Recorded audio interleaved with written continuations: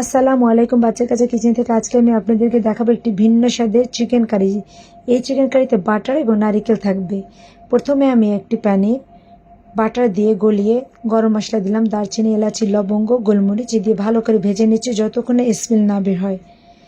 এবার আমি দিলাম পেঁয়াজ বাটা, আবারও নেড়েচেড়ে নিচ্ছি। এবার আদা রসুন বাটা একসাথে দিলাম, ধনিয়ার গুঁড়া, জিরার গুঁড়া, স্বাদ মতো লবণ দিয়ে আমি ভালো করে কষিয়ে নিচ্ছি। এবার দিচ্ছি হলুদের গুঁড়া, মরিচের গুঁড়া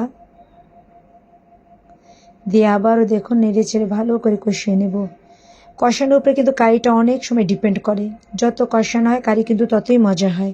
এবার একটু পানি দিয়ে আবার আমি ভালো করে কষিয়ে নিচ্ছি।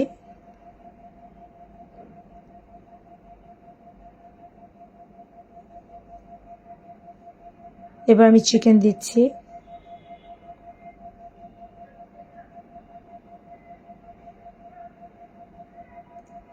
দেখুন চিকেনটা দিয়ে ভালো করে আমি নেড়ে চেড়ে নিচ্ছি।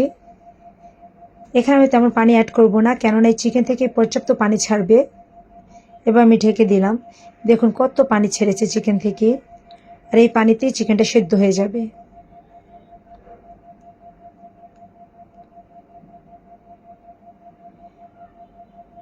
একটু পর আমি নেড়ে চেড়ে দেখছি যে চিকেনটা সেদ্ধ হয়েছে কিনা ফুলফিল।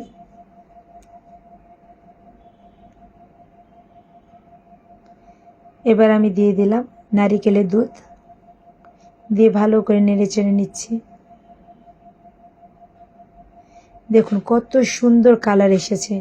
এবং একদম লাস্টে আমি আবার একটু বাটার দিব, বাটারটা অ্যাড করব স্মেলটা যেন ভালো আসে এই জন্য। হয়ে গেল আমার বাটার নারিকেল দিয়ে চিকেন কারি, অসাধারণ। অবশ্যই সবাই ট্রাই করবেন। আল্লাহ হাফেজ, ভালো থাকবেন।